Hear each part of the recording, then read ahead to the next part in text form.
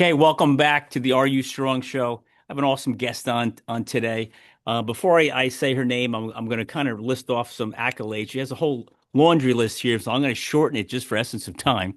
Um, but this young woman got her bachelor's degree from Oregon State, went on to get her master's degree in health education at Oregon State, and has her master's degree in educational leadership and administration from University of Idaho, which is awesome. Um, College coaching career started, at Boise State as the head cheerleading coach, and was there from 2013 to 17. Moved on to San Jose State from 2017 to 24. Moved up the ranks there as a director of Beyond Football. I want to get into that a little bit. Assistant athletic director of student athletic development and sports supervisor. And currently at the University of Arizona as a director of player development, which is where she leads the holistic development initiatives for all the Division One athletes, and also the founder of the Elite Career Lab, which I want to dive deep into that. And welcome to the show, Tobruk TB Blaine. Thanks for having me. I'm glad to have you. And TB, I have a ton of questions to ask you here, but before I get into all that, why don't you just kind of tell the audience just a little bit about yourself, and we'll kind of roll from there. Yeah, so give you a quick correction on my intro. Okay. The company that I founded is called the Athlete Career Lab. And I call it TACL for short, Okay. TACL, the Athlete Career Lab. Um, and I got into collegiate athletics as a coach. And I oversaw the cheerleading, dance, and mascot program. So we had about 55 athletes that I Wow. oversaw. And I was in a part of college athletics as a cheerleader back in the day. And cheerleading was a huge part of my life growing Yeah. up. Along with other sports, I was a multi-sport athlete. My brothers played collegiate sports. One brother was a golfer, one brother was a basketball player. Cool. I went on to be a collegiate cheerleader and then moved into the education space. And when I think about telling my story, I mean, the biggest thing I think about saying is, you know, I remember this moment in my life where I was in eighth grade and I was trying out for the basketball team and I made the B team basketball team. And the coach came up to me and, this is like drilled into my brain saying, you're good enough to make A team, but you're going to sit the bench. I'm going to put you as a starter on B team. And at the time, of course, it was the most devastating thing I had thought had happened to me. But as I look back on my life and I look back how I've approached my work and my involvement in sports, I really think that that's when I developed a chip on my shoulder. I always felt like I wasn't quite good enough. I moved on to be a collegiate cheerleader, or sorry, I moved on to be a high school cheerleader and high school golfer. Well, back when I was Okay. in school, golfing for females wasn't really popular, and it always felt like, oh, nobody really cares. You're just a female golfer. In cheerleading and dance, that world, even to this day, nobody really cares. You're just a cheerleader. I moved into teaching. I had a student tell me one time, like an actual high school student that I was teaching, tell me that those who can't do, teach. Beach. And so, again, another opportunity of just being like, I'm just not quite good enough. I went into the high school coaching space, and despite winning multiple state championships, being, high school coach of the year, always feeling like I was the last person on someone's mind about how we progress the sport, how we support the sport, how we support the athlete. And it's still troublesome to this day with how we look at the athletes that make up cheerleading and dance programs. But growing up in Boise, Idaho, I attended multiple Boise State basketball and football games. My dad is a 50-year season ticket holder. And to this day, in his late 70s, even if the kickoff is at 8:15 and it's 20 degrees, he's at the game. So I remember, being the cheerleader on the stair steps of Bronco Stadium and watching basketball and football and wanting to be that. And so when I moved back to Idaho and became a high school educator, 10 years later, Boise State called and said, "Hey, we're making a change in our spirit program, and we would like you to be involved." And so, luckily, I was able to apply and interview for that job, and was there for 4 years. In that journey, that's when I learned about player development. That was my kind of moment of when I realized the inner workings of a college athletics program. Because when I was a collegiate cheerleader, again, we weren't quite good enough, we weren't quite cool enough, we weren't embraced inside the athletics department. So I didn't actually know how internal operations of athletics worked at the collegiate level until I was working in it. Right. Um, and so that is when I learned about player development, and my athletics director kind of put a nugget in my ear, someone that I'm close to this day who's now at the University of Minnesota. And he said, there you can do more. Like there's more to what you can offer an athletics department that goes beyond this. And that's when I really started to see this kind of growth mindset of like, what's next?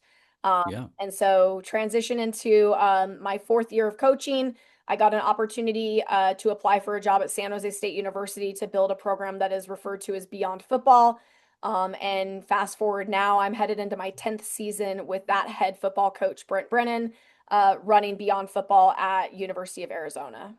Mm, cool. Now, I got to ask you this.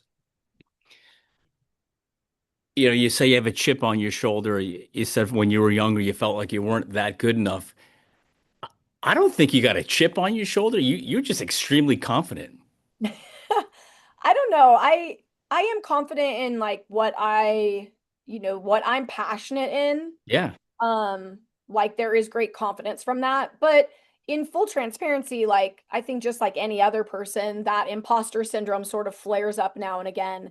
And there's moments of kind of recognizing who you are, what your background is, and how you make value for yourself. Yeah. I didn't play collegiate football. I'm a female. I'm from Idaho. Like there's a lot of things about me that doesn't make sense in leading a room of 100, very diverse football players. Yeah. Um but I think confidence wise, if we think about confidence, it is a sense of like believing in myself and Yeah. knowing that there is a space and room for me. And I would say that my athletics director at Boise State at the time, Mark Coyle, was someone who believed in me and had confidence in me at a different level than maybe I saw in myself. And that planted a seed.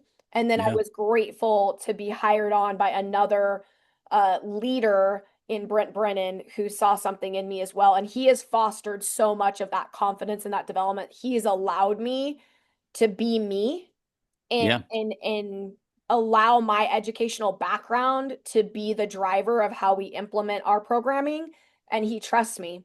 And so that builds confidence as well. I always say like I don't know that I could work for any other head coach because I'm not sure that the way that I do this is going to fit into their box and how they do it. But for Brent and it's really successful. It fits perfect. Yeah. It's funny. My first, you're talking about belief. My first question it says, when did you start to believe in yourself as an athlete and a cheerleader? That's my first question. And you kind of just hit on it. But like, when did that switch go off? You're like, hey, you know what? I can do this. And cheerleaders in the college level, you guys do some crazy stuff. That is just not like, hey, rah, rah, and hopefully everybody claps. I mean, you guys are jumping and flying and flipping and that's a tough thing to do. Yeah, I think I probably didn't gain that internal confidence in myself until I actually started coaching. Um, so, I'm 23 years old, I'm out of college, um, and I'm back at my alma mater, high school, coaching. Yeah, Um, I won multiple state championships, and I think those were the moments that I realized like this is where I'm meant to be. This yeah, is this is where I'm meant to lead. Um, and from that, the confidence started to really roll and kind of gain. Now, again, for anyone that's listening, like I don't want anyone to believe that I'm just 100% confident all the time. I walk into spaces regularly not confident. And despite doing what I've done for the years that I've done it, um, I'm almost 20 years into my professional career post college. I still doubt myself. I still wonder if there's room for me in that space, in that room. Am I Well, allowed? what brings that on? What brings that doubt on? With all the experience you have, the success you have and are having, why does that keep coming up in your head? I think one part of that is I work in an industry where it's predominantly men. Hmm. Um, I work in an industry where the primary focus is on the athletic development. And so every decision that is made is generated by how the performance is on the field.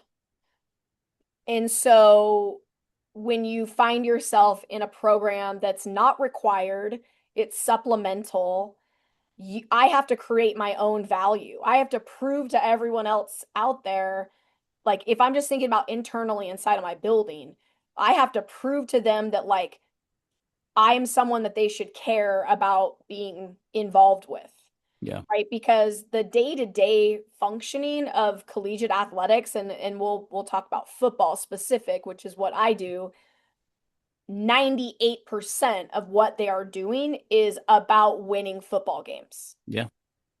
My work is all on the back end. And so luckily I work with a head coach that prioritizes it and says yes and allows me to do it the way that I believe it needs to be done from an educational leadership standpoint. Yep.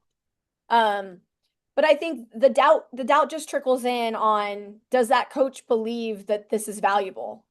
Right? Yeah. Does that coach see the growth that I see in that player at the level that I see it? And I've done this for a long time. Like I can remember being a first year head coach at the high school level and winning a state championship and going into my athletics director's office because he wasn't coming to me and being like, "Oh my gosh, you just like put our program on the map for Yeah. high school athletics within the space of cheerleading." It was me going into that room and saying, "Look what we did. And despite this adversity, we did this." So I still approach that way here too of like I'm just going to like overshare whether they actually care or not, about success stories of the athletes that I'm working with. But Yeah. I think that that's where the doubt trickles in a little bit too. And then Okay. on the other side, athletic administration and leaders within the college athletic space, what they're focused on doesn't always trickle down into what I do. And so I Yeah. don't know that so I kind of sit in the middle a little bit. Okay. But I mean, I think deep down inside of who I am and how I show up every day, like I know what I'm doing is impactful. Like I know Yeah. what I'm doing is meaningful. I still have wonderful relationships with athletes I've worked with 10 years ago. So, but the doubt, I think my point is like I don't know that the doubt will ever go away. I think there's Yeah. always going to be moments within myself of like, is this, am I cut out for this? Well, I think it's going pretty good so far, Mhm. right? So speaking of challenges, you know, let's go backwards in time just a little bit. Was it more challenging for you going from high school to college and adapting there, or getting out of college and then adapting to the career space? Yeah, I would definitely say college to the career space. Um, in some ways, I feel like I benefited um, in a way that athletes today aren't benefiting. And that is because I was a cheerleader and because there weren't a lot of resources put into what we were doing, there was a lot of self-driven behavior. Um, and so my success rate wasn't because of like a structure that was set for me by a coach or by a program. It was really m- driven by me. And in today's generation, we set that structure for the athlete and they have to abide, right? So Yeah. that Yep. that self-driven structure is, I think, harder for athletes to find nowadays because we dictate so much of their life, right? So Right. I think I benefited from the fact that like if I wanted to be successful at it, I had to be the one to do it. Um, but I think navigating the hardest transition really is navigating leaving college and going into a high school setting where I'm 23 years old. I'm teaching 18, 17 and 18-year olds, right? I'm coaching 17 and 18-year olds. And now I have to deal with their parents. Yeah. And so I think I learned a lot about myself in those moments. I mean, I've Yeah. been told my daughter will never be successful because of you, right? Like I've been told like really horrible things by parents over my 10 years of being a high school coach. Right. Um, But you have 7 championships, but yeah, and I have a lot of championships. and they say their daughter's not going to be successful because that is so crazy. Yeah. I mean, when you're in it though, I'm sure there were decisions that I made at that time in my life that today's generation I probably Right. couldn't have made. Like Right. I couldn't have coached that way. Right. Um, but I've always been very a hard-nosed coach. Like I want equality. I want to get the same recognition that football gets. So I always told my athletes like we're going to work just as hard as every other sport, despite, their belief that we don't bring value, and we're going to prove to them that we are valuable. Yeah. Um, and I'm not the reason why Boise State athletics, their cheerleading program and their dance program has had success recently, which their nationally ranked program. I am not the reason for that, but I will say that the foundation that I set from 2013 to 2017 has carried on. And the person who took over after me coached with me, and they carried that foundation. Yeah. The person who took over after them was one of my Yeah. athletes, and that Yep. has all carried on. So I think the way that I approach the coaching has allowed the program to evolve and be Yeah. successful. So what did you bring to the table at Boise State when you got there? What did you see that needed to be fixed?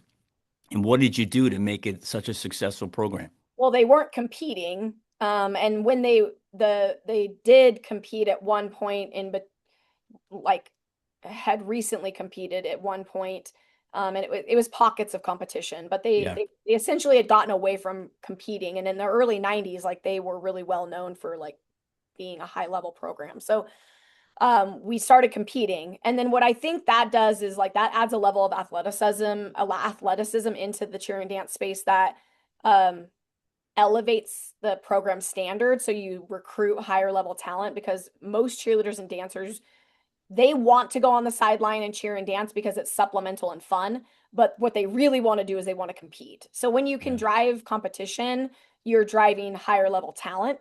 And then you're driving a more athletic mindset and approach like with the athlete. So Yeah. there's that side of it. And then I forced them to compete even though they felt like they weren't ready. Like not competing wasn't an option. So I think even though they might look back today and be like, oh God, we shouldn't have competed, is like we set a foundation for we are going to be a competitive program. Yeah. And there's different levels of where you can compete at when you're a collegiate cheerleader and Yeah. dancer. And we started at the bottom. And now those teams are competing at the highest level now. So And you set the standard. yeah, I think that there was this expectation that Yeah. got set. Yeah. So from the mental side of things or the emotional side, when you were transitioning from college into the coaching world, did what did you learn from your own challenges that you're able to see in the girls and guys you were coaching at the collegiate level that helped you there, that helped you, help them? Um, Gosh, it's been so many years since I was coaching. It's hard to remember maybe something specific, but I would say that I am kind of like a no fluff for being someone that's in the cheerleading and dance world, right? Like you would maybe think that I'm into like some of the fluff and the Yeah. extra, the fancy pretty bows and the Yeah. outfits and all the things. Like that is not who I am. You're right to the point. I just I am about impact and I'm Yeah. about like doing the work. Yep. So I wasn't very tolerant of drama and some of the other things that come with programs like that, especially even with the parents. And I think that that was received well by most people. I kept it I kept it to the athletic component of it. And of course, you're going to have to navigate some of the other challenges that go with it. But I think the Sure. primary focus was making sure that they were being athletes and that they were doing athletic things and they were developing athletic skill, Yep. from tumbling to stunting, preparing for college, what opportunities look like. And so I think that allowed me to build credibility. And then, of course, I had success rates of athletes going on and doing those things and winning Yeah. championships and things. So I think for me, just like my approach is just about like the act, and it still is true today in the work that I do is I'm all about like doing the work. Like we can talk all day long about what we want it to be, but it doesn't do us any good until we actually like get it done. So, Get the job done. yeah. Yeah. So what was the motivational factor that made you go from the cheerleading world of coaching into other sports? There is no growth opportunity in a cheer and dance role. Like Okay. I have always been someone that is always about like what's next. Mm-hmm. Um, in full truth, I'm not really a North Star person where I have like, I'm going to be an athletics director, so I'm going to do all the steps. I've never been that. In my own personal experience, my most success comes when I put my head down and I do the best job I can do in that moment, in that role, in that job. Um, but at some point, you do come up for air and you realize, okay, financially, making $47,000 a year at the age of 33 wasn't something I was excited by. Yeah. And I had, two master's degrees and 14 years of experience doing what I do and knowing like no one's going to pay me to like Yeah. what I really believe I deserve to be paid. So that at that point it's like how can I grow in a professional sense and still be happy doing what I'm doing without having to sacrifice financials. And I've never been, I come from a home where my parents were divorced and my mom had to create a stream of income for herself. And she showed me a lot of independence on like, you don't need to rely on someone else financially. But I will say, growing up in Idaho, it is very much of like, you have a man and then you're the housewife. Like, that is Right. very common where I'm from. Mm-hmm. Yep. So growing up in a split family home and seeing my mom not be that, I think for me it's just always been a priority for me of like I want to make my own money. I want to have my Yeah. own career, despite whether or not I get married or have kids. Like none of that really matters to me. I know I want that success on my own. So for me, it Yeah. was like I'm not gonna just like settle for. And right around that time in my life, a lot of things happened at 33 where kind of in my 30 to 33 time frame where I kind of adopted a never settle mentality. And so I felt that Mm. when I was at Boise State, like I had peaked professionally for myself and what I could do for that program. I had intentions to stay one more year so that I had finished out 5 total years is what I wanted to do. But the opportunity at San Jose State came before then. And there were some variables in my personal life that were impacting that. And I just saw it as a window. And I was one of those things where, like, if I don't apply for this job now and a year from now somebody else has the job, like, I'm going to kick myself. So I went for Yeah. it. So how excited were you when you got it? Yeah, I mean, it was amazing. Like, I had been stalking the girl that ran the Beyond Football program at Oregon State, my alma mater, which was a fairly new program there as well. And they didn't market it very well. It was kind of like a hidden gem inside of their football department. Yeah. And my head football coach came from that institution, so that's how he knows about that program.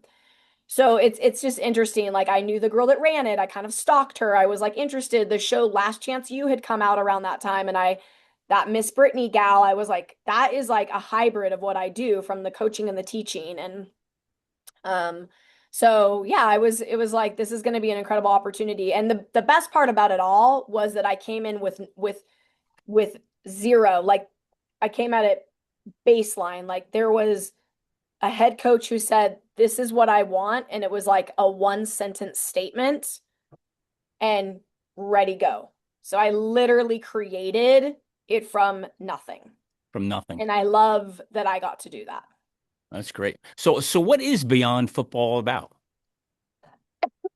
Excuse me.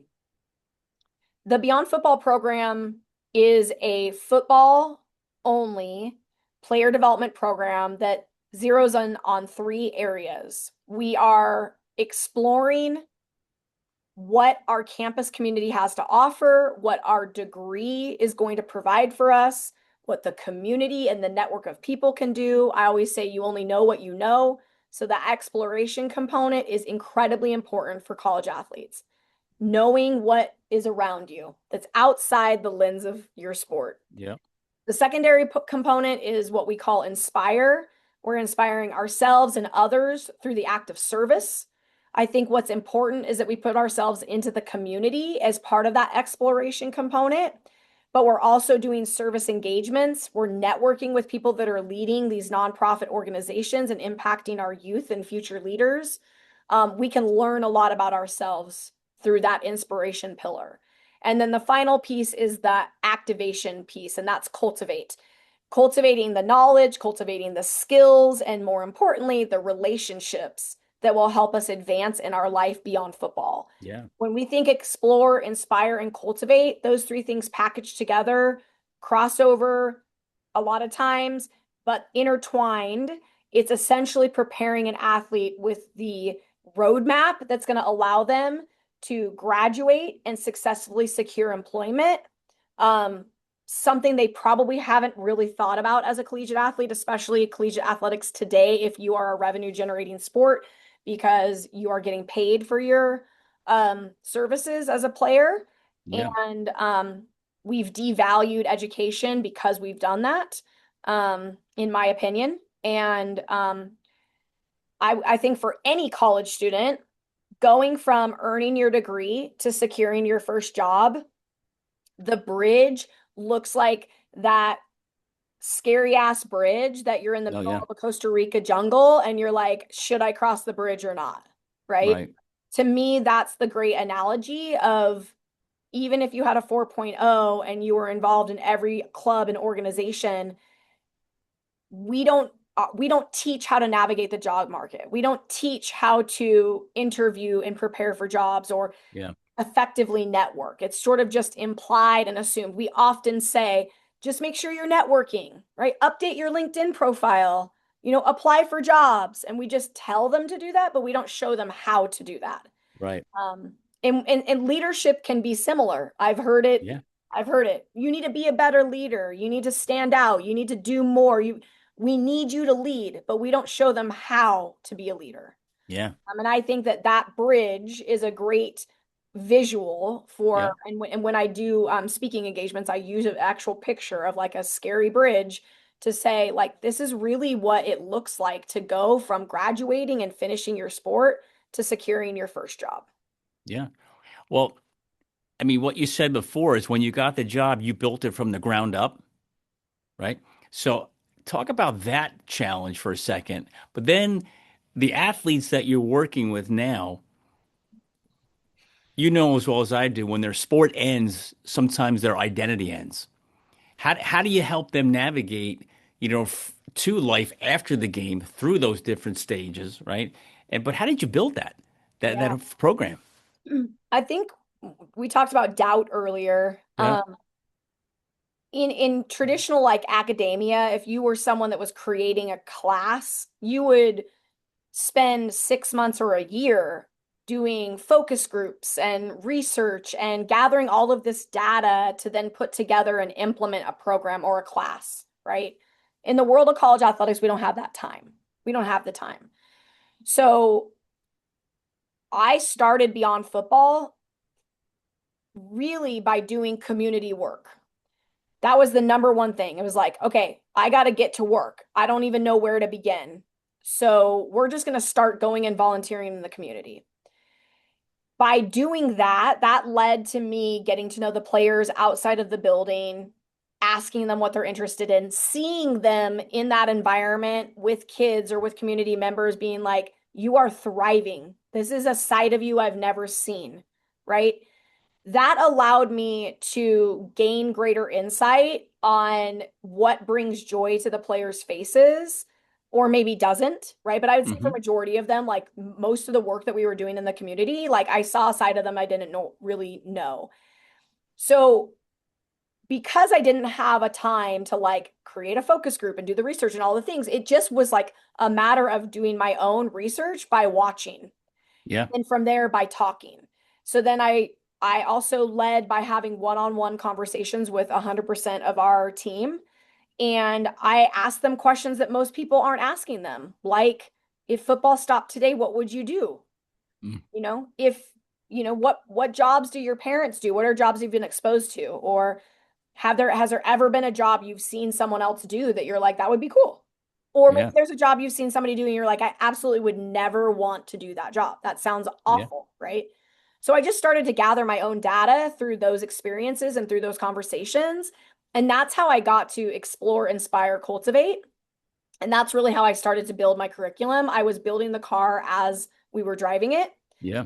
And then that led to understanding that, having a greater understanding that what my program was, because it's an optional program, like I had to make it cool. I had to make it desirable. I had to Now, get, why do they make it optional? That sounds like something like every athlete should go through.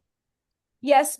So I have a very strong opinion about this. There are programs out there that I have great respect for, that require, and they get course credit for it. They Hmm. they go through it, they get course credit for it. Like, and Yeah. I think there's value in that, and I see the reason behind that. For Yeah. me personally, and how I view my lens and like influence, there are 75 other things that these kids are required to do. Okay. The last thing I want them to do is be in my room, As a half hostage. asleep, Yeah. not caring, not Yeah. listening because they Yeah. have to be there. Yeah. That's a good point. I want a room full of people that want to be there. So I run my program where I would say 95% of what we do is by choice. Hmm. And then 5% of what we do is required. And I determine what's required based off of what a player tells me in a one-on-one convo. So I gather data that says, like, we have 25 students that have said they all care about X. Yeah. And so to me, if that's the case, there's probably going to be another 25 students that would find that interesting. Even they just don't know that that's something that they would care about yet. So I build programming that way. And then I also have a collaboration with my head football coach on like what he wants to see priorities in. And Yeah. he'll say, like, every kid should be in a room talking about compound interest, the rule of 72, and Roth IRAs. Like, we're going to put them in a room for that because they don't even know what that is. So we're just going to require them to sit and listen. And then what I say is when they leave that room, it's my job to make them want to activate. So how I follow up with them. And this is where I see, programs look differently across the country. Um, Again, everyone runs their program the way that it works for them. But for us and for my initiatives, like I want them to cultivate the Yeah. skills and the relationships for all of those things. Like I Right. need that from them.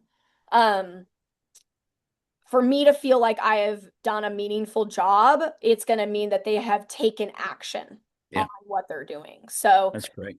so yeah, so going kind of back to what I was saying, I was realizing like because this isn't mandatory, like I got to find a way to make it cool. So I Yeah. started just kind of creating initiatives around um how I could make it cool. And so I implemented certain programming, and I pulled in our media team, and I What's the coolest thing you did? one of the coolest things that I ever did that I had to retire once I left San Jose State is I started a like a career and leadership readiness program.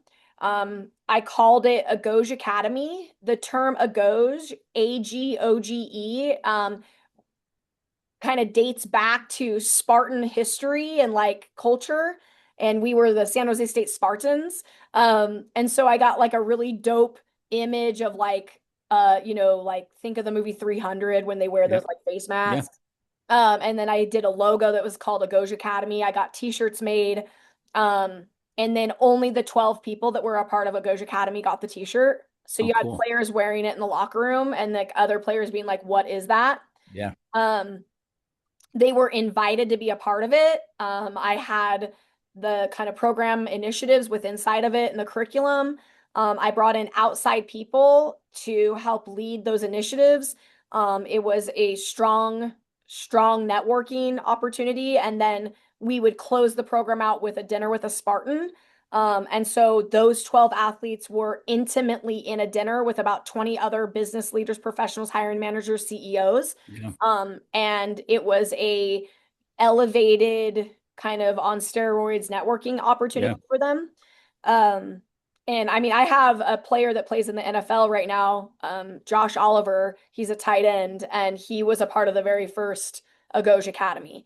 And one thing that was like super powerful is when he was going through the combine process and speaking to GMs and scouts and kind of all of that, he sent me a text saying like how grateful he was for the work that we did in that academy because it forced him, and he's kind of a quiet spoken guy, it forced him to have to speak to strangers Yeah. about things that like he wasn't really comfortable speaking about, right?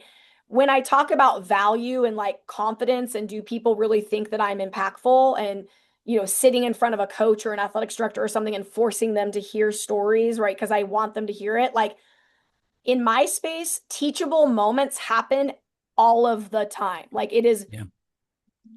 in the most minuscule way. I had a player yesterday who was intrigued by a guest speaker that I brought in. And he's like, I want to connect with that guest speaker. And I'm like, okay, well, let's do an email connection. So I send an email to this guest speaker with the young man. He's 18 years old. He's a true freshman, CC'd on the email. Hey, I want to connect you with this player. He came in my office. He's very like, Yeah. excited about what you said. And then, player, I'll let you take it from here, right? Just teaching him that that's how people do connections, right?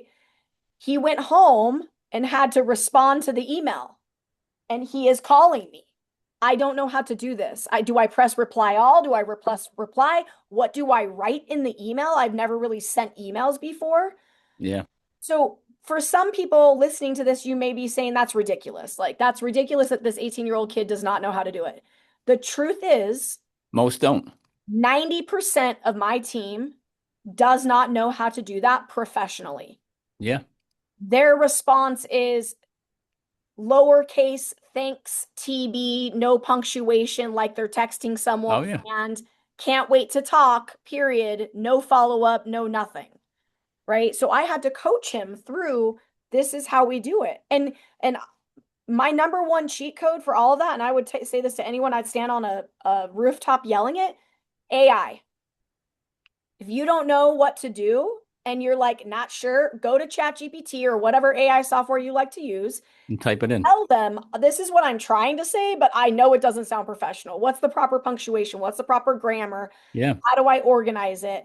Um, because that's going to be their tool to be Yeah. more efficient and having a sounding board on like something that they're not sure how to do. That's awesome. So Yeah. two questions together. Who's influenced you over your career that's helped you become who you are, right? And two, well, are your current position, are all athletes involved now, or is it just still football? Yeah, great question. So I'm going to go with the second question first. So at San Jose State, we built Beyond Football to internal football. We use that as a pilot program Yeah. to show the athletics department what was possible for everyone else because that institution and in that division, like there's really very limited funding for like a student athlete development program. And Okay. so the academic people a lot of times are the ones leading those initiatives, and that's a lot to ask them. So I leveraged the curriculum I made and those experiences and how we impacted our community to then say, let's build out a student athlete development team. Let's build out a student athlete development program. So I elevated myself in year 4 to an assistant athletics director, and we changed the name from Beyond Football to Beyond Sparta. That program now exists and functions. My former assistant is now the director. Um, And so there is no beyond football at San Jose State. It's just called Beyond Sparta, and it's their Yep. overarching student athlete development team. Okay. Great. When I got offered the job to come here, Coach Brennan wanted it to be in football and back to kind of the roots of what we were doing. Um, at Arizona, they have their own version of Beyond Sparta. It's called CATS Student Athlete Development. So they were already doing work, but the person who leads that is responsible for 500 student athletes. So Okay.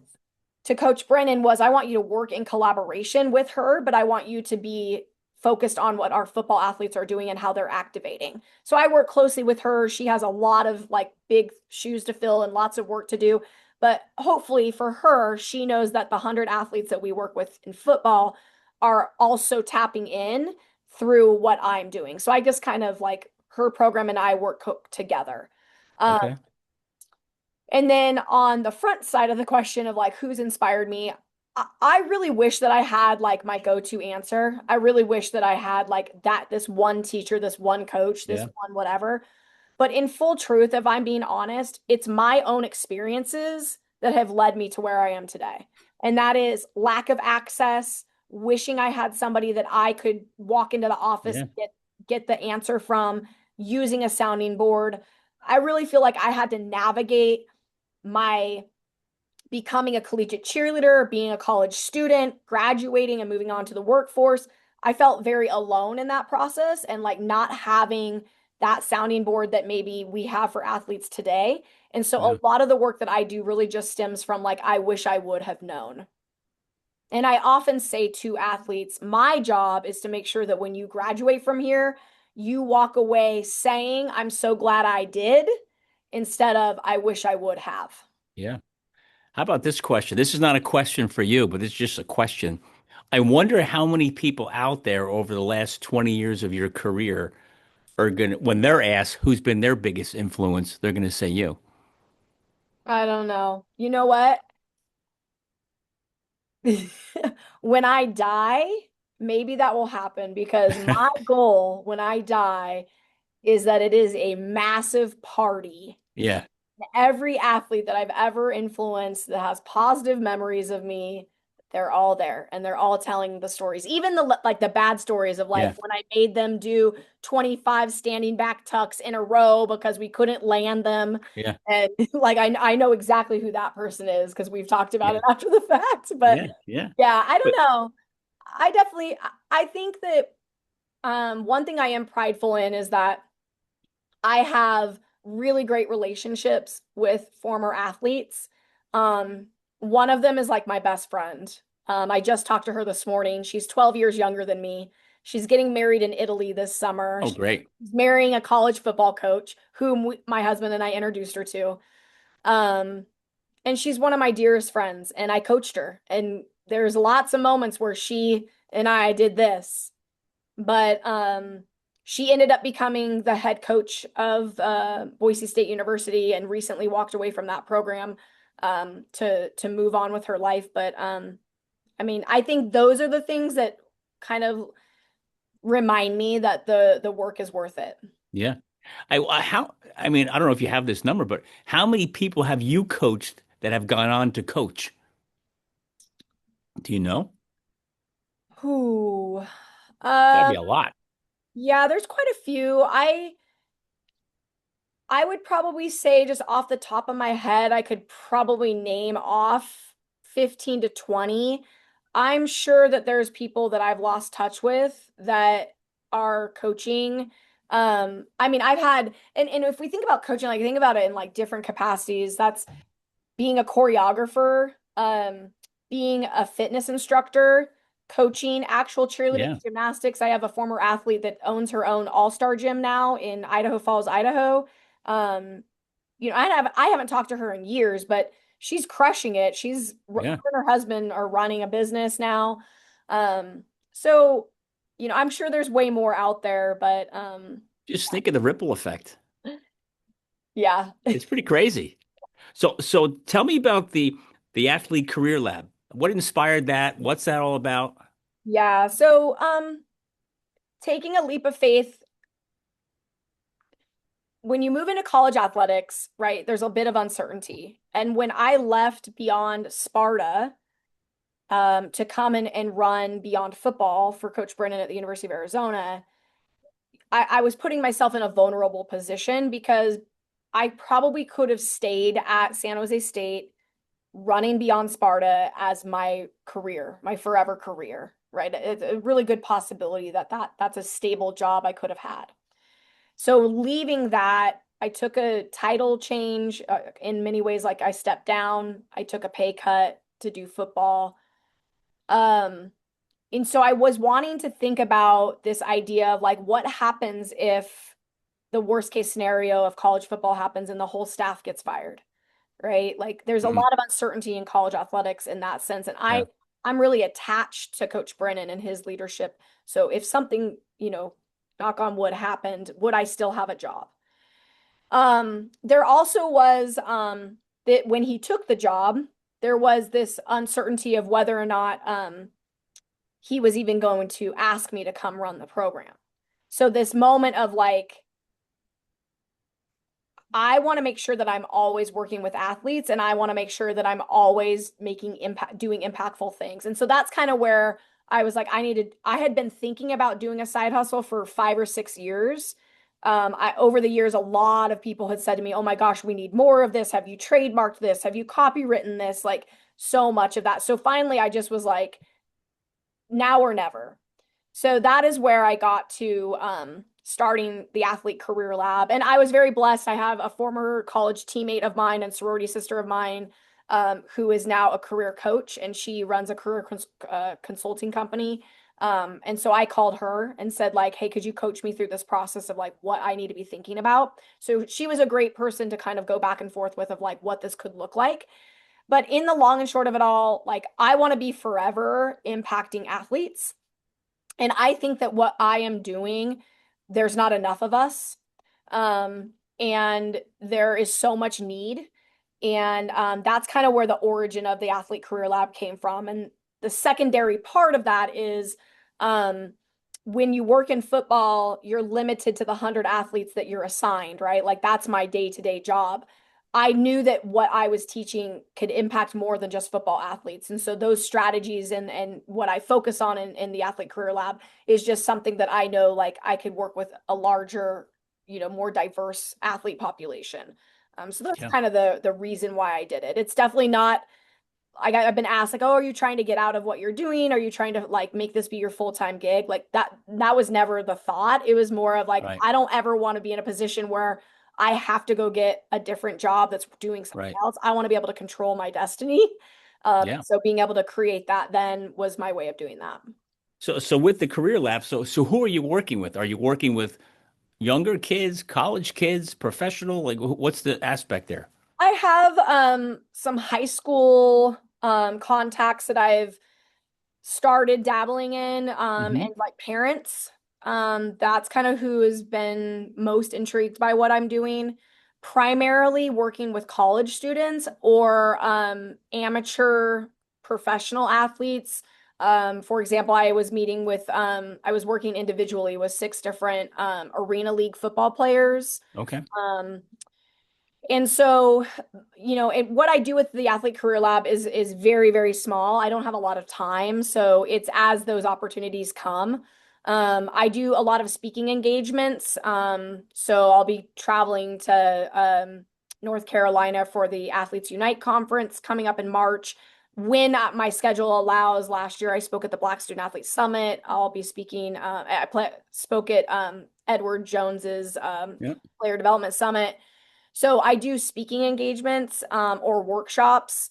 Um, there's actually a non-athletic organization that has reached out to me that has a group of like student leaders, collegiate Okay. student leaders, and they want me to run a workshop on my branding session. So just kind of, it's sort of all over the place in some ways. I do have an online career coaching program that is me, a recorded version of me, 90 total minutes, 3 different playbooks. Each playbook is 30 minutes that focus on 3 things: how to build an elite resume, how to build a brand that stands out, and then how to network like an all-star.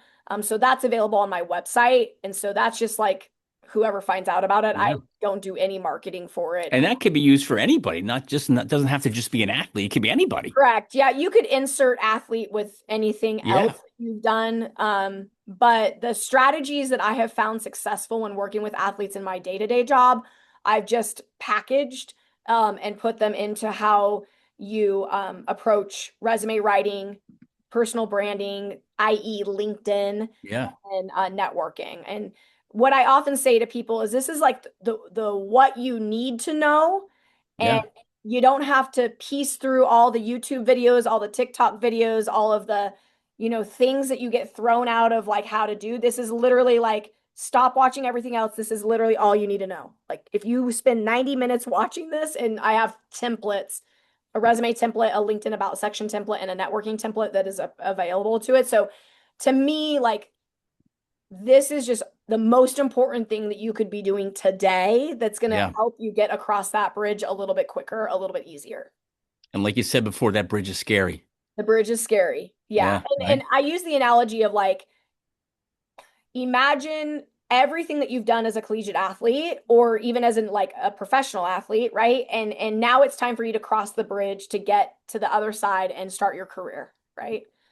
Um, the the network of people that you have met as an athlete over here, the skills that you've learned, the transferable skills that you've learned, right? That you probably haven't really even connected the dots about. Um, the moment that you start to cross the bridge and you get to the other side, you're going to realize that everything that you did over here mattered. Yeah. But did you bring those things with you or did you leave them? Leaving behind. And most of the time, they've left them because they're now, oh, I can't remember what I did. How many hours did I spend doing that community service event? What was the name of that person that I met that owned that company that told me to reach out to them? That was a year ago. I can't remember who that is. Yeah. So I talk a lot about the strategy. And again, I'm activator. I'm focused on how we do the work. Yeah. There's lots of people out there that can inspire you to do the work. I'm going to show you how to do the work, right?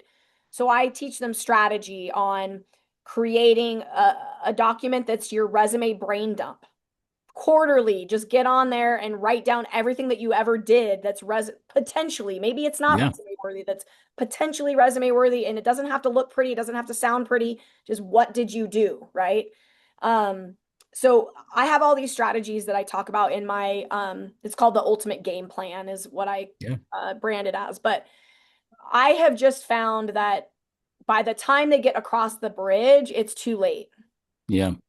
And so it takes 5% of your time to tackle your future. You just need to use it while you're in it. And I had a guest speaker here on Wednesday speaking to our team, and he said it best. He said, no one is going to care more about who you are than who you are today.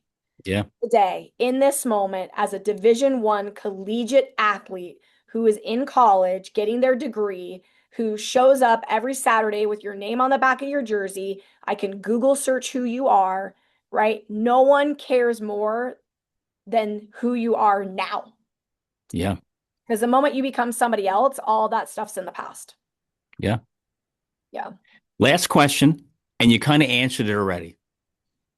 You talked about, down the road, people you're impacting, people that you want to have a party, or you want them to have a party when you might not be here anymore.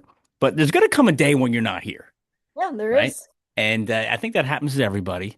Yes. Um, but when your name's going to pop up, what kind of legacy do you want to leave behind? How do you want to be remembered when your name pops up in conversation with all the people that you've touched? The biggest thing that I want is I want people to know that I helped them get closer to success. I was a driver, influencer, supporter, cheerleader for them to get closer to success. I pride myself on my reputation. I'm a woman who does what I say I'm going to do. Sometimes I take that to an extreme, but like they were able to use me and I followed through and I gave them whatever it was that they were needing to find success. That's really what I want. It's awesome. So TB, we covered a lot of stuff. Coming out of high school, going to college, leaving college, teaching, coaching, career. Is there anything we haven't hit that you think we should touch before we wrap it up? I just think that what I have found about myself over the years and then really like what drives my work every day is that and this is something that I get on my soapbox about, but the way we have shifted and adjusted collegiate athletics and as it sits today, there's less of an emphasis on this idea of developing as a person. The development is so much on the athlete. And for whoever is listening that has any room of influence over how we support athletes, like my question to them would be like, are you truly building programs that allow the athlete to become the best version of themselves? Mm, Period. Not as an yeah. athlete, not just as an academic, As a not person. just, like how, because we will hear people say regularly, like, we want the best version of, like, we want a student athlete, we want a student athlete experience, right? And I challenge that same question back to corporate America because corporate America will say, oh, I love hiring athletes. They're amazing. They have great discipline. They can work in team. They're coachable. They're competitive. They can drive sales and all the things, right? But what are you doing in corporate America to remove barriers so that those athletes can actually become successful inside your company? The way the system is built today, corporate America builds internships that are 40 hours a week, 12 weeks, and more often than not, they're in a different location than where they go to school. So they have to pick up and move to San Diego for 12 weeks and work for 40 hours a week. And that doesn't allow them to be an athlete. They Yeah, can't do that. That's right. not possible. And then on the other side, for like who we are and program that we're building inside of athletics, how much are you going to allow them to develop as an athlete? Are you going to allow them to go do the internship? Are you going to help them build a modified version of that so that they can get the experience? Like, how much do you really care about their development to becoming the best version of themselves? Period. And that's just something I'm very, very passionate about. I don't think corporate America is, I think that we place athletes in a disadvantaged lens to get jobs in corporate because of what they're doing. And I think that the way that the systems are built inside of college athletics, as we pay students, we're devaluing education and we are setting them up for failure because they're making life-changing money with no skill development attached to it. Right. And the truth is, one financial literacy class isn't enough. It's not enough. It goes back to the email. They need to be handheld. Yeah. They need the barrier of how to log into irs.gov to pay their quarterly taxes. Like I have to sit with them and do that. Yeah. I'm one person for 100 football players, Yeah. right? I'm one. How do we make sure that they leave Yeah. here ready for life and that we Yeah. actually gave them a building block that gets them closer to success, right? Because we have so many variables in place that could get them closer to failure. Yeah. I mean, just like they get handed a playbook day one as a freshman for their sport, they need a playbook for life, Correct.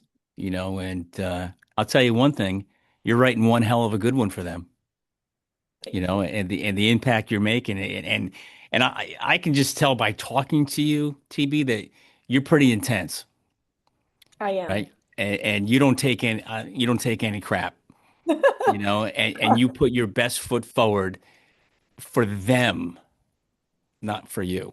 I I think the truth is I'm so passionate about it Oh yeah.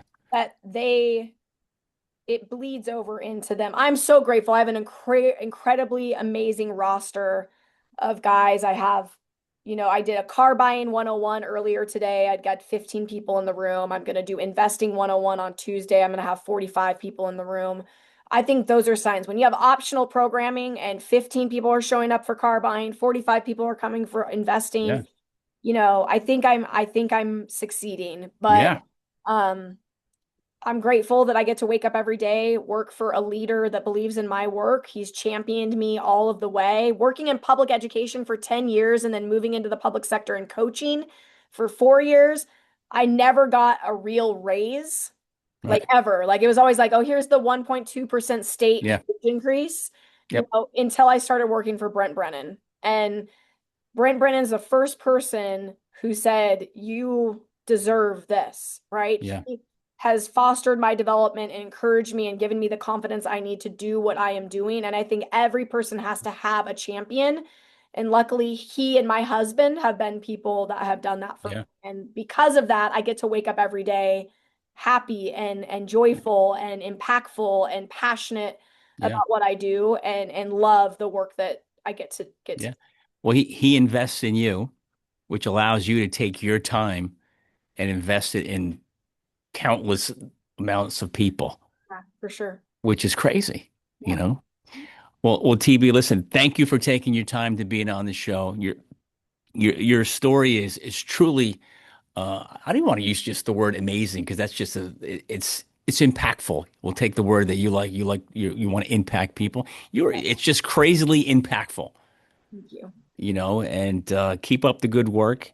And if there's any way that I can help you continue your story and your impact among athletes, you got my number and I'd be happy to help. Awesome. Thank you so much. Yeah. You know, Take care. thanks for being on and stay strong.